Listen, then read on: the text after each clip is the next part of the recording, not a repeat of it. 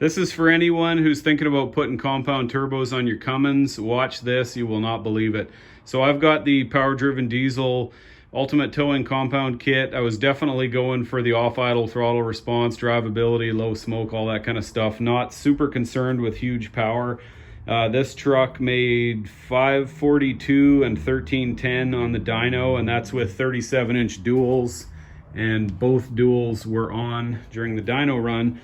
Anyways, back in September, I was doing a little showboating. I took some people around for a ride on the gravel roads, and you know, I'm getting on it. Like we're going quick, and back tires are spinning and everything else. A few minutes into the ride, I started noticing that I was struggling to build boost, and it was really smoky and stuff.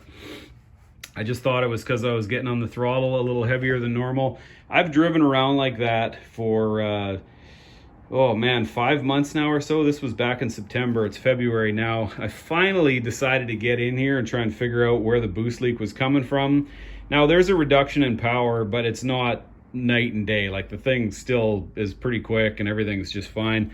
I looked in there and look at that. This boot has got a massive tear in it. And, you know, this truck gets up to 73 pounds of boost, which is quite a bit. So, you know, no huge surprise that something like that might happen. But the fact that I've been driving around and the truck feels, you know, 90% of the way there or 75% of the way there or whatever is what really blows my mind. So luckily I had a spare here. I'm going to toss that back in. But I have to tell you, if you are considering towing twins for the ultimate drivability, oh my God, these things are insane. Please like and subscribe. See you on the next one.